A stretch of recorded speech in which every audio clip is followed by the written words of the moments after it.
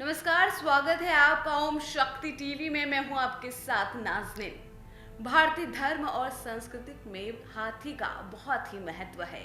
हाथी को पूज्य माना गया है। हाथी से जुड़े कई किस्से, कहानियां और पौराणिक कथाएं भारत में प्रचलित है। तो चलिए आज हम आपको बताएंगे कि हाथी को क्यों पूज्य माना जाता है।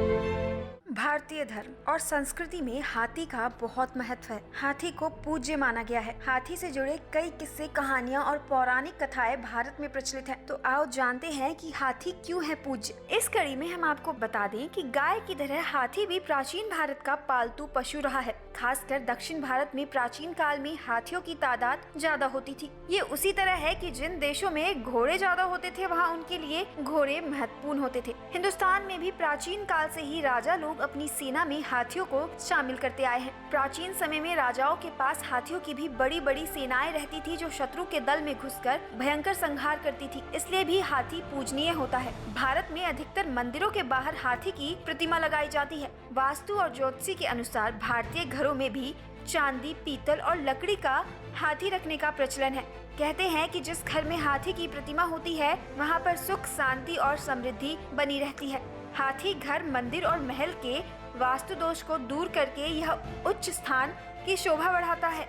हिंदू पौराणिक मान्यताओं के अनुसार हाथियों का जन्म 4 दांतों वाले ऐरावत नाम के सफेद हाथी से माना जाता है। मतलब ये कि जैसे मनुष्य का पूर्वज बाबा आदम या स्वयं भुव मनु है, उसी तरह हाथियों का पूर्वज ऐरावत है। ऐरावत की उत्पत्ति समुद्र मंथन के समय हुई थी और इसे इंद्र ने अपने पास रख लिया था। ऐरावत सफेद हाथियों का राजा है। इरा का अर्थ है जल, अतः इरावत यानी समुद्र से उत्पन्न हाथी को ऐरावत नाम दिया गया है। इसलिए इसका इंद्रहस्ती अथवा इंद्रकुंजर नाम भी पड़ा।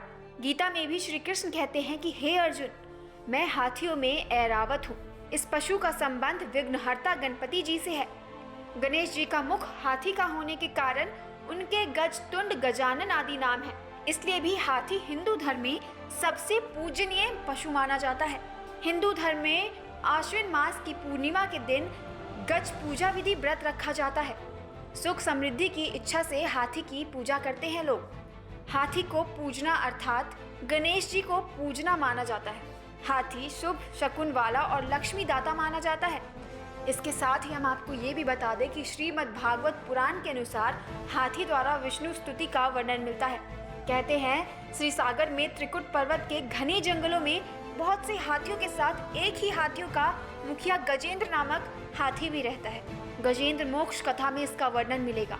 गजेंद्र नामक हाथी को एक नदी के किनारे एक मगरमच्छ ने उसका पैर अपने जबड़ों में पकड़ लिया था और उसके जबड़े से छूटने के लिए विष्णु की स्तुति की। श्री हरि विष्णु ने गजेंद्र को मगर के ग्रह से छुड़ाया। कहते हैं कि ये गजेंद्र अपने पूर्व जन्म में इंद्रघुम नाम का राजा था, जो द्रविड़ देश का पांड्य वंशी राजा भी कहलाता था।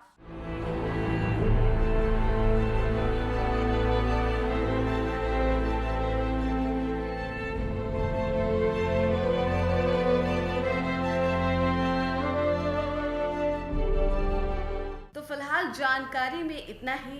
बाकी रोचक जानकारियों के लिए देखते रहिए ओम शक्ति टीवी। नमस्कार।